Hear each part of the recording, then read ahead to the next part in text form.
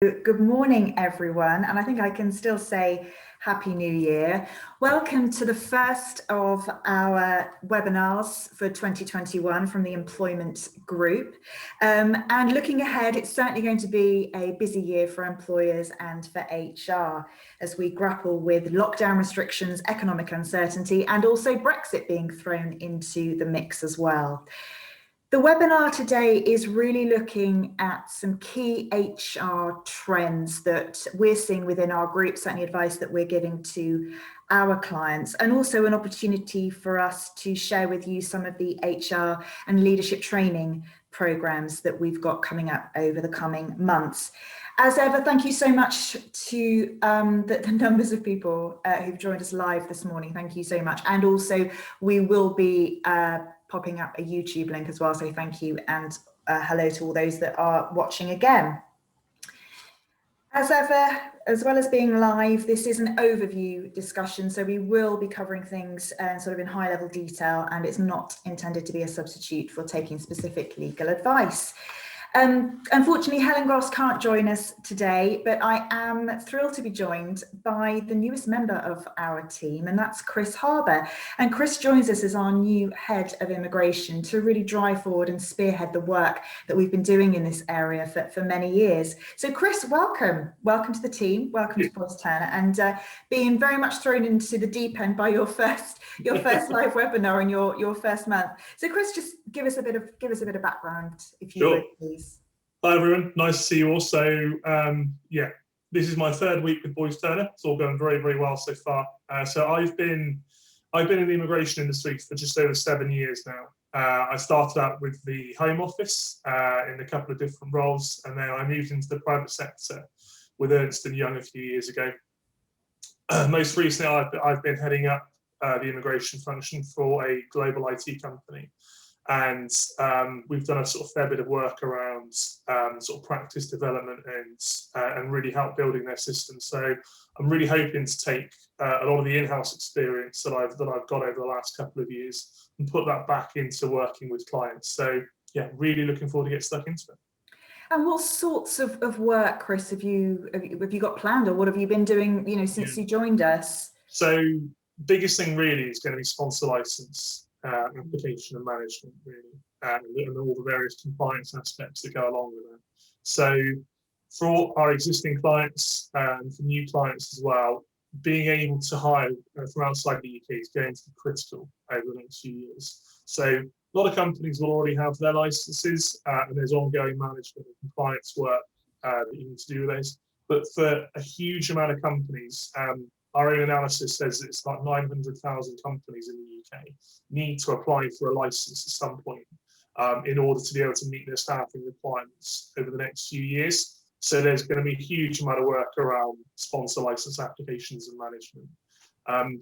We're also going to be doing a lot of work on workforce planning. So helping you sort of manage where you're looking for your recruitment, where you're deploying the talents, how you're deploying the talents.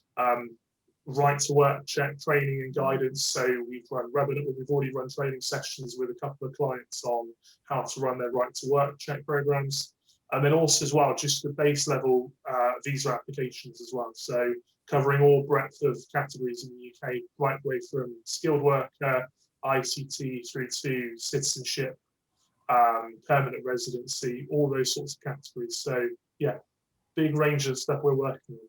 Yeah, it's a busy time, and Chris is going to be sharing with us some of the key post-Brexit HR immigration issues as well later. For those of you who don't know Boyce Turner or know our employment team, here's just a sort of a mind dump from myself, trying to think about all the variety of work that we do. And it really is a variety of work, from traditional HR support, HR advice, litigation, but also business immigration, training, leadership development, gender pay gap reporting, and mediation. So we really do have a lot of services. We love what we do. We love the clients who we work for. And if you want to hear more about what we do, then please do get in touch. Of course, there are many issues facing employers at the moment, and certainly as we move forward this year. And I think the lockdown measures, the uncertainty, the impact that has had on many sectors, and I think the impact that it's having on businesses' ability to plan. And obviously, you know, furlough, the job retention scheme, is going to have an impact on that. I'm not going to talk about the mechanics of the scheme. I think most employers have either furloughed or flexi furloughed the staff that they are intending to. But as we move potentially to the end of the scheme at the end of April, there are still issues that are coming up for employers. I want to sort of focus more on sort of the conundrums rather than the mechanics. And I think the main one, and the sort of the phone sort of rang lots at the beginning of the month, with employers asking about what they should do about furlough and employees who want to be furloughed for childcare purposes. And I don't know if many of you saw, but I was looking at Grapevine HR magazine, which said that 7 out of 10 applications from employees to be furloughed for childcare purposes had been rejected. Which begs the question, how are employees and employers going to work together? Should we be furloughing our staff for these reasons? And if we say no, what are the risks? The scope of who can be furloughed has changed over the course of, well, you know, nearly a year, and it started off being very much a business need. But now there is this personal element where employees can be furloughed where they cannot work because of COVID measures. So, for example, if you need to shield, and there is also an addition there that you can ask to be furloughed where you cannot work because of childcare reasons. So this personal element now that's been included has sort of added to this sort of dilemma for employers. Flexi furlough can certainly work here, and this is where that you talk to your staff, talk to your employees. Is there a part of the day when employees can work? And you know, they are paid by you during that period, and then for the hours that they are not working, then they can, subject to eligibility of course, be placed onto the furlough scheme. It's an opportunity as well to perhaps look at your workforce. Can you move your furloughed staff around? So, for example, can we move some that are furloughed back to work to cover for those individuals who are now asking to be furloughed as well? We do have employers that are very reluctant to furlough, particularly if businesses have actually, you know, there is no financial need for them to furlough their staff. And certainly from next month, we're going to see the list of employers who are claiming under the scheme from December being published in February, and then January and March. So there is going to be a sort of a publicity angle there. Now, of course, furloughing employees is still, it's still subject to the employer agreeing to do this. There is no must. It is still, you can furlough staff. And some employers have actually sort of run, if you like, a ghost furlough scheme where they've sort of put an employee, and they've agreed the contractual changes to place an employee on, if you like, their own version of furlough. So, you know, the employee agrees to take that pay cut, get their 80%, but the employer pays that rather than seeking access to the job retention scheme. So, you know, something to think about there. But obviously, you know, if you're going to do that, you have to offer parity to the employees who perhaps are on the job retention scheme. The difficulty is, you know, there are other options there, of course, of using holiday, unpaid leave, emergency leave. But of course, if you're offering an employee an unpaid alternative when there is potentially that paid alternative of being on furlough scheme, you know, is the employee going to accept being on unpaid leave? And also, we're not entirely sure as to how long this issue is going to go on for. We don't know if schools will reopen in February. And I think really it's about looking at some of those legal risks around, if we do say no to employees, what might the risks be? And I think there is a risk there of discrimination, of indirect discrimination. Another issue that's arisen is, well, okay, if we agree to furlough an employee because of childcare, but there is still work to be done, how are we going to cover that work? And again, that might be bringing employees back off of furlough, but can we engage a temp to cover the work? I think there really, you're looking at that causing potentially more issues than it solves. And I would certainly be sort of, you know, seek advice on that one. But again, it's something that HR are having to think about. So as well as this sort of present issue around childcare and furlough, obviously we have to think about the long term as well. So workforce planning, are we looking at reducing pay, reducing hours, those contractual issues? Are we going to have to turn again to redundancies and the legal issues there, ensuring that we are looking at numbers and potential numbers and whether they fall within the collective consultation obligations? So one, they're really to start thinking about now if the scheme is going to end at the end of April, to make sure that we are compliant with those issues. Then we obviously need to think about rebuilding the culture and bringing together perhaps our 2-tier workforce, or maybe 3-tier workforce, where we have employees who continue to work and those who have been furloughed. So again, it's about that culture and bringing the workforces together. So any issues there, particularly around the redundancies and the reorganisation, then do please get in touch.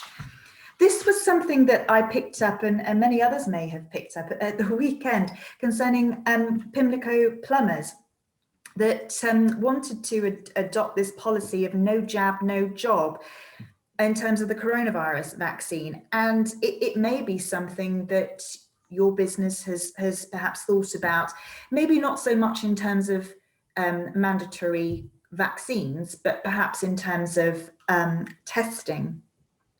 I think, you know, the COVID vaccine is very much a national issue in terms of if and when you potentially fall into a demographic that is offered it. But, you know, if the employee is offered, to what extent can the employer make it a condition of employment, this no jab, no job? And this is really going to raise some important ethical as well as contractual, and I would also add sort of discrimination issues there.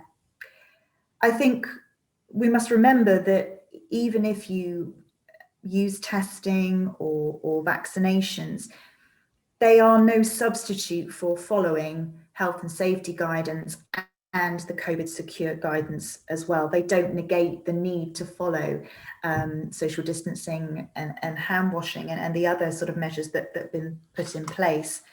I think the other point is really, you know, whether it's reasonable to enforce such a policy will depend to the extent that those measures will work and will work in those specific workplace areas. And certainly I think employers are going to be looking at this on a sector by sector basis.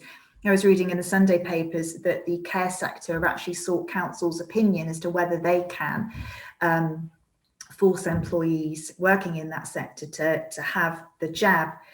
So, you know, Pimlico plumbers have reined back a little from this blanket policy and have said that they will look at cases on a case by case basis, because, you know, if we're going to start having a no jab, no job, there are issues there around unfair dismissal and discrimination, because there may be a whole host of reasons why individuals are unable or feel unable to take the jab. So I think it's certainly one to watch, and I'm certainly interested to see what council's opinion is and when that's published. When we were thrust into this working from home environment back in March, I think for many businesses it was a catalyst for change. I ran a webinar last year where I was speaking to an expert in this field, and their view was very much that it wasn't remote working or home working in its truest sense. It was very much an artificial environment. You know, we're not usually working from home in a you know, national lockdown situation, and also we don't tend to find ourselves being manager, leader, partner, parent, teacher, dog trainer, chef in the same space in the same hour. But we did it.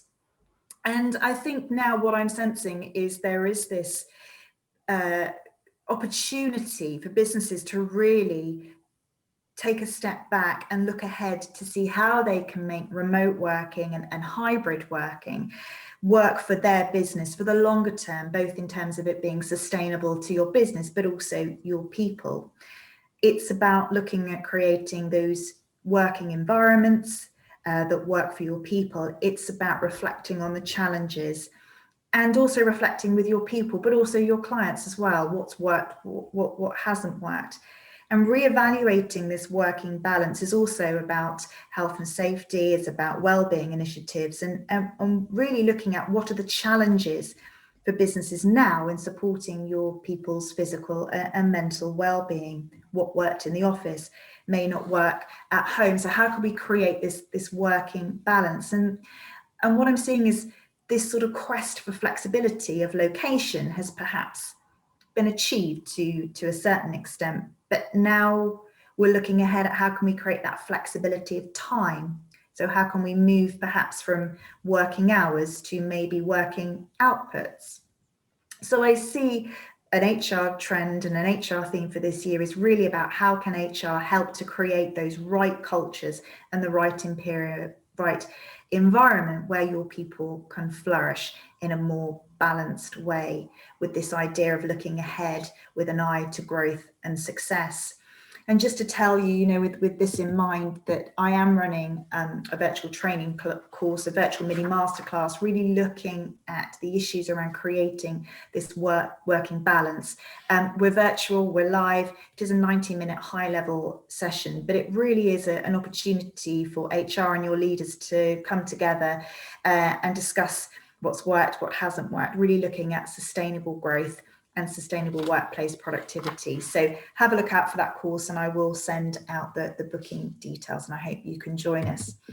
And really linked to that, and another theme has been around leadership, hasn't it? How do we manage? How do we support? How do we run our team meetings? How are we running and managing our one-to-ones? And let's be honest, the managers that weren't particularly great at this when we were in the office are maybe not great at doing this online. And, there is no manual or how-to book. So really, how are your managers supporting their people? How are they managing? How are they engaging with career development in particular? And one point I was reading about recruitment plans for 2021, businesses are going to be looking at buying in talent rather than, there's going to be a trend towards buying in talent rather than growing organically. And I think that goes very much to sort of the agileness of businesses being able to respond to issues quickly. So not having the time to train, but actually paying the salary to buy. So your top talent, are potential to be at risk of poaching. So again, how can we support our people and drive forward their career development? So again, another mini masterclass if you would like to join us, for your managers and for your HR people. Again, the 10th of March. This was an incredibly successful course last year. So if you want to find out what your competitors are training their managers and leaders on and want to join us, then do book up. And again, we can run both the Creating the Working Balance and the Managing Remotely in 2021 course in-house as well. So get in touch. Chris, we talked a little bit, didn't we, in the introduction about Brexit and the immigration changes. But where do you see the key HR themes, and where should HR be really focusing on at the moment? Yeah, so there's three real areas which I think are going to have a particular impact on businesses over the next year or so, and into the future as well. And to a certain degree, it depends on your business structure and where your markets are. So if you work a lot with the EU, obviously you're going to have an awful lot more impact than other businesses that are fairly well sort of isolated within the UK, or indeed look at other markets around the world. So there's three real key areas that I'm going to be looking at over the next couple of slides, really. First one of this is short-term business travellers from the EU. So this is commonly referred to as STBV population. Now, the changes to how you hire from the EU, how you hire EU nationals in the UK, has been pretty well publicised over the last few months. However, one of the areas which has not really received as much attention is short-term business travellers, STBVs. Now, over the last few years, the trend among most multinational groups has been towards increasing numbers of short-term business travellers and having fewer formal assignments. Now, freedom of movement has meant that historically there's not really been a requirement to track your STBV populations within the EU from an immigration perspective. Obviously, it's always been important to track STBVs from a tax perspective, so your working days and your domicile status. However, now that freedom of movement between the UK and the EU has ended, brand new factor needs to be considered. What activities your travellers are going to be doing in the UK. Now, as I said, for multinational groups that have got staff that frequently travel more widely, so for example, America to the UK, India to the UK, Canada to the UK, basically non-EU to the UK, they're already going to have some good experience of ensuring that business travellers meet the Home Office's rules on what activities you can do in the UK. However, for groups that predominantly operate within the EU, this is going to be a brand new concept to you.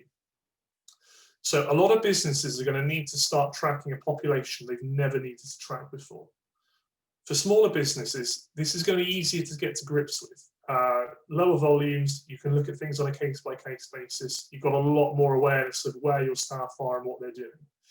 However, for bigger businesses, they're going to need to invest a lot of time and a lot of effort in preparing to look at this new requirement. Now, the sorts of things that need to be considered are your knowledge of the immigration rules, in particular the visitor rules as the key ones, identifying your frequent travellers, and also what sort of activities they need to be able to conduct in the UK. Now, the key aspect here, as I mentioned on the slide, is that you need to be aware of the limitations of what the individual can do whilst they're in the UK. So visitors travelling to the UK for business cannot work as such in the UK. They can attend meetings, they can attend conferences, trade fairs, they can go and visit clients to negotiate contracts in terms of scopes, they can carry out site visits. For multinational companies, you can visit sort of your UK entity to advise and consult on a project or to have catch up with your teams. Limited things like that. Really restricts what you can do as a visitor. It basically means that the traditional sense of working, so basing yourself in the UK for 1, 2, 3, 4 weeks, is going to be massively limited. Now, depending on the size and structure of your organisation, this can have a real disrupt on how your staff travel to and from the UK. Now, the government's quite aware of this, and they've put a fair bit of thought into planning around how they can manage the potential cliff edge here. I think one thing they were quite keen to avoid was there being a sudden, like I said, cliff edge between people working in the EU who frequently travel to and from the UK to do work, and then suddenly just not being able to do that and either having to get a visa to allow them to work or have to come to the UK as a visitor and massively restrict what they're doing in the UK. So what the government have done, they've introduced a new visa category specifically for EU, EEA nationals. It's called the Frontier Worker Visa. Now, this has been fairly well publicised over the last few weeks, and in order to be eligible to apply for a Frontier Worker Visa, you need to be obviously an EU, EEA national, not primarily resident in the UK, and have worked at least once in the UK during 2020. Now, there are other ways of qualifying for that. I won't go into too much detail for now, but if, for example, historically you've always had a lot of travel to and from the UK, and for one reason or another, whether it be lockdown or personal issues, you weren't able to actually get to the UK in 2020, there are other ways of evidencing you're meeting the requirements on this. So there are different aspects the Home Office are happy to consider. Now, the Frontier Worker Visa is going to allow individuals to continue working in the UK as they were previously. And what it's going to mean is they're not being bound by the visitor rules. So for frequent travellers to the UK, this is going to really help ensure some level of continuity. You're still going to be able to come and visit your teams. You're still going to be able to come and carry out work in the UK as you were doing. And there's not going to be that pressure of thinking, is what I'm doing compliant with the visitor rules? Or indeed worrying about going and applying for a visa. So if we move on to the next slide, the cost of applying for a new visa is going to be a massive factor in this area. So in a similar vein to short-term business travellers, The cost of hiring staff is also, it's an entirely new concept. Obviously, there have been relocation costs associated in the past, but the actual cost of the visa application process is something that a lot of businesses have never had to factor for. It's a brand new concept. So if you've already got a sponsor license and have experience of using the immigration system, you've probably got some awareness of the various costs involved. However, for those of you who have not previously had to use the immigration system, I'm quickly going to run through sort of the various costs associated. So if you don't already have a sponsor license, the government application fee is about £1,500 if you're a sort of a medium to large business. The fee for that is slightly less if you're a smaller business. Once you've obtained a sponsor license, you can then go ahead and start sponsoring visa applications for people to work in the UK. So this is specifically the skilled worker and the ICT categories. So a certificate of sponsorship is going to cost £200. The immigration skills charge, which was a fee levied by the government a couple of years ago, is £1,000 per year. So if you apply for a 3-year visa, it will be £3,000. There's also the immigration health surcharge, which was introduced to ensure that anyone coming to the UK was paying for access to the national health system. That's a very specific figure of £624 per year per applicant. And then finally, you've got the visa application fee itself. So if you're applying for a longer visa, so 4 or 5 years, that's £1,048 per applicant. If it's 3 years or less, then it's £704 per applicant. So there are a lot of different figures, and they might be a bit confusing as to how they apply. So I'm just going to put them into a bit of context. So let's say you're looking to recruit a new chief financial officer, and you've identified a really good candidate. They're an Italian citizen. They live in Italy. They don't have any status under the EU settlement scheme, so you need to look at getting a skilled worker visa for them. Assuming you've already got a sponsor license, the candidate is going to be moving to the UK. They've got a partner and 2 kids that are moving with them as well. So if you want to go ahead and do a full 5-year skilled worker visa for the candidate and their family, this is going to cost just under £22,000 in visa application fees alone, before you've even considered the cost of relocating, onboarding fees, legal fees for assistance with the process. So for bigger companies, this is going to be less of a hit. If you're offering big salaries anyway, you can see this is a smaller percentage of that. However, when you think about sort of other roles in your business, if you're offering a salary of say 30, 40, 50,000 pounds, and you're looking at a skilled worker visa for the candidate, suddenly this cost is a huge upfront investment in that individual. So it's all about looking at how much you're looking at investing in the individual, how much of a long-term plan you've got for that individual, and really thinking with a strategic mindset around where you look to hire from. Now, obviously, this example is at the more expensive end of the spectrum. There is obviously a scale within that depending on how long the visa is for, how many family members there are, for example. But it gives you an idea of the sort of range of costs that we're looking at. And a really important point that's worth noting out here is that for the frontier worker visa, there is no fee. It's completely free to apply for. So that's the government's really incentivizing companies to look at where the frontier worker visa can be used for their staff, rather than having the either the cost and admin burden of going through a skilled worker visa or an ICT visa for that case, or carrying the risk of traveling into the UK as a visitor. So the government have really set a clear intention there that they want companies to use the frontier worker visa as much as they possibly can. If we go on to the next slide. So it's really important to highlight that it's not all doom and gloom when it comes to immigration for this year. There are going to be some positive aspects to this. Now, leaving the EU has given the government a really good opportunity to look again at how the whole immigration system works. And broadly speaking, they've done a fairly good job in reforming what was starting to become quite an outdated system.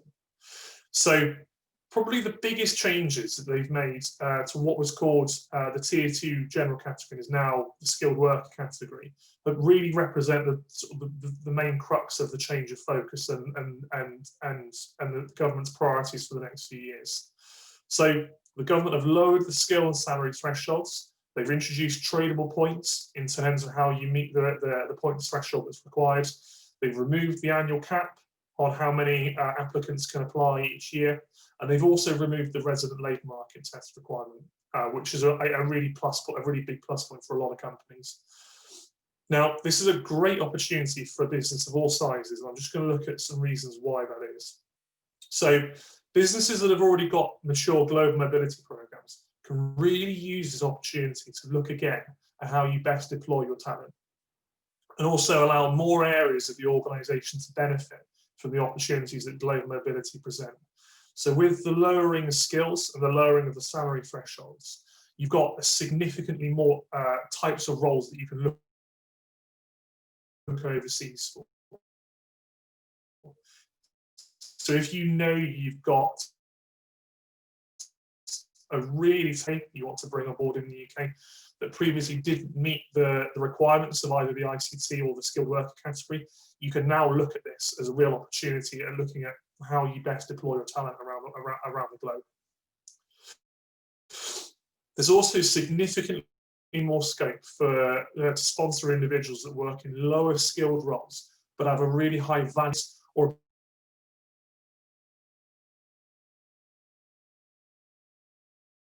a particular skill set that didn't previously meet the skills threshold. So the skills threshold.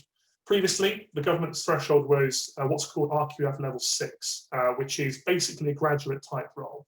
They reduced that to RQF level 3, which is sort of essentially an A-level type role.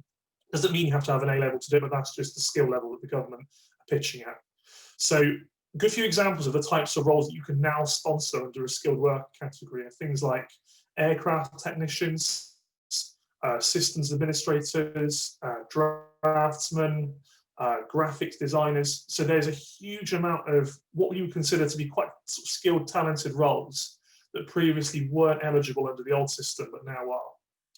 Now, for businesses that have not previously been able to use the immigration system because of the type of work they do, so for example, a graphic design company, this is going to open up a huge amount more in terms of who you can look to hire, what labour markets you can look at when you're looking for talent and when you're looking to meet your staffing requirements. Even more so in sectors where you know there is a particular country or region that is really good at developing a particular skill set, this is going to be a really big opportunity.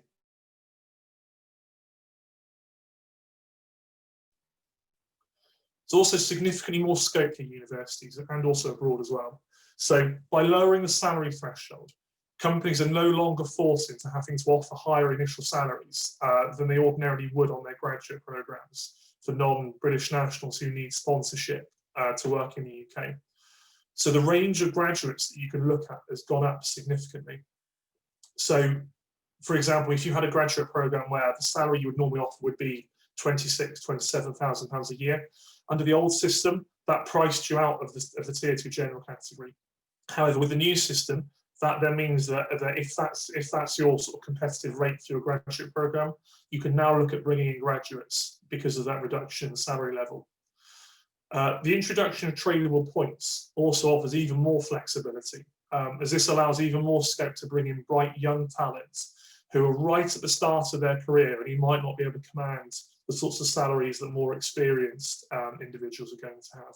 So, for example, if you want to bring on a young graduate or someone who's got really good qualifications in a STEM subject, for example, then their salary can be slightly below the minimum threshold for the new skilled worker visa. However, they can then score additional points because they have, say, for example, a degree in a STEM subject, or because they're a new entrant to the labour market, so they're under 26 years old. So it really incentivizes you being able to attract talent rather than just having to attract experience. And the last point on here as well is just that the time it's going to take to complete the visa application process is going to be significantly quicker because of the removal of the resident labour market test and the annual cap. So whereas in some cases previously that process could put 9 weeks onto the application process, that's all gone. So you can go straight to the point of offering, straight to the point of starting the visa application rather than having to worry about all the work that leads up to that stage. I hope that's been insightful. I hope that's put some clarity on some of the key areas of immigration that are going to happen over the next year. And Emma, I'll hand back to yourself for a couple more areas to look at.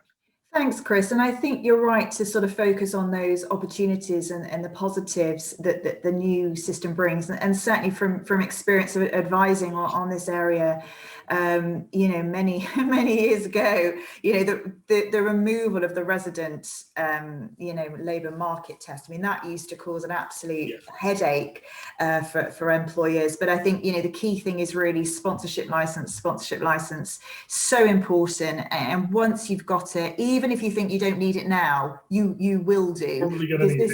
Exactly. I mean, this is affecting employers in every sector. It's not just one sector, but it's across the board: property, construction, financial services, professional services, leisure and hospitality, retail. It really is affecting all employers. And sponsorship license. I'll say it again. And also, once you've got it, you've got to keep it. You've got to look after it. It's really precious. So thank you for that. I think perhaps another issue that's sort of part of this HR theme and part of this HR trend was actually something that was going in the right direction, which unfortunately seems to have slipped. And this is gender pay gap. The gender pay gap reporting. Obviously, we didn't do that last year. We are going to have to do it this year. So it is something that is going to come back on the agenda, not just for employers that are caught by the gender pay gap regulations and the obligations there in terms of reporting, but I think on employers generally. The Fawcett Society have produced a report which has said that, unfortunately, lockdown, furlough has impacted greater on women in the workplace than men. Women tend to be working in those sectors that have been the most hardest hit. So retail, leisure and hospitality, they're generally paid lower than men. And they work in those more flexible roles, which have unfortunately been most targeted. And there is a concern that the strides that have been made have unfortunately been undone. And it's been reported that we're at this coronavirus, this crossroads really, where some commentators are saying that the rate now, that the gap is going to take until 2052 to close, and which means for those women in their 30s, their mid 30s, they will never see equality of pay. Reporting is back on the agenda for 2021. So employers are going to have to report for this year, but any employee who was on a reduced rate of pay during the reporting months, they are excluded from gender pay gap reporting, but they're not excluded from the bonus calculation. So any employees who are on furlough and who have received a reduction in pay won't be included within those calculations. If you've topped up at any point, or you've topped up to 100% for the whole way, they will be included because, of course, they've not had that reduction in pay. But obviously, there's going to be some real impact there on these reports for 2021 and some skewing of the figures there. So I think an HR theme, more generally, inclusivity, equality, and really looking at how we can put the gender pay gap back onto the agenda. We can help with gender pay gap reporting, and actually we have a number of clients who aren't actually caught by the regulations, but they do annually review their gender pay gap to see whether the implementation measures that they've put in place are working. So it's not just something that you have to do as an employer, it might be something that you want to focus on as well as part of your inclusivity and diversity program. So again, get in touch with us. And last but by no means least, a huge sigh from our audience, IR35. Yeah, it's coming, people. April 2021. If your business engages contractors through their own personal service company or PSCs, then you are going to have to undertake a status determination statement to ascertain whether they are employees or not. There is a small business exemption, but IR35 is going to be a big theme over the first quarter for HR and businesses. So it's basically bringing the public sector in line, the private sector in line with the public sector. We've had a year's grace. It was supposed to be April last year, but really now is the time to engage with it and audit your workforce. Who are you engaging and how is really the message on IR35. Watch out for webinars and information coming through from us. And certainly, again, if you need help and support, particularly around this self-determination statement, and whether the contractor can query that, then again, do please get in touch. So that's a roundup of some of the key issues and themes that we're seeing in the HR space and questions and queries that we're getting asked from our clients. So do look out for some of these core themes within our webinar programs and our training programs and training opportunities as well. This is really an important time to stay up to date, as Chris has said, with the changes to immigration laws, and also in what's coming up in 2021 as well. And Chris, have you got some sort of final tips and thoughts? Yeah. So 3 sort of key taglines really, which I think would be really good to take away from this. Know what your risks are, know what the rules are, and look for the opportunities. So when I say know what your risks are, if you know you have a sector of your business which is heavily reliant on EU workers for a particular skill set or particular sort of knowledge of jurisdiction, be conscious of that and be aware of that, and look at what opportunities you've got for mitigating the risks around where you have particular reliance on that. Also, where you have frequent travellers, look at what your travellers are doing. Look at what options you've got to enable them to do basically as many activities in the UK as they possibly can that would help ensure business continuity. So things like the frontier worker visa, intra-company transfer visas, skilled worker visa, start looking at where your options are and really know where the potential risks are. Know what the rules are. So I mentioned it with the visitor rules. It's really good. And I'm certainly not saying you need to be reading the rules religiously day and night, but have a good broad understanding of what the key areas of the rules mean to you and your business. So in particular, the visitor rules, what you can and cannot do in the UK as a visitor. The sponsor license eligibility is a really big one. So knowing how you can become eligible for a sponsor license, and then sort of the key areas, things like the skilled worker and the ICT visa as well. And then finally, again, try to finish on a positive note, look at the opportunities. Look at what opportunities there are for workforce planning exercises, for how you can look at how you deploy your talents, how you look at how you attract new talent to the business. The government has given a lot of companies a lot of opportunities to look globally at how they utilise their workforce and how they attract the right talent. So really take the opportunity, look at where you can make improvements to your recruitment processes, to your retention processes, and also to things like your graduate programs as well. No, absolutely. And I think there are points there that really are echoed across the HR space, aren't they, really? Know your people, know your teams, understand the rules, understand the risks. But I think, look ahead and plan early. Businesses will be much better placed to, when they do plan. And you're right, Chris, there are opportunities in terms of remote working, in terms of hybrid working, supporting our people, supporting our leaders. So, again, with all what we've talked about, there are opportunities as well. Thank you to those who have posted questions. Given the time and the complexity, I'm not going to deal with those live, but what I will do is we'll have a look at those and come back to you individually, or what we'll do is we'll pop together some sort of fact sheets. So do look out for that. So we will see you again, hopefully, for our next webinar, which will be on the 25th of February, and we're planning to do that as an IR35 your questions asked session. So that will be a timely one. So find out more. Here's our contact details and our information. And thank you again for joining us today. Thank you to those who are watching us on YouTube, and from Chris and myself, thank you very much indeed. Thanks, guys.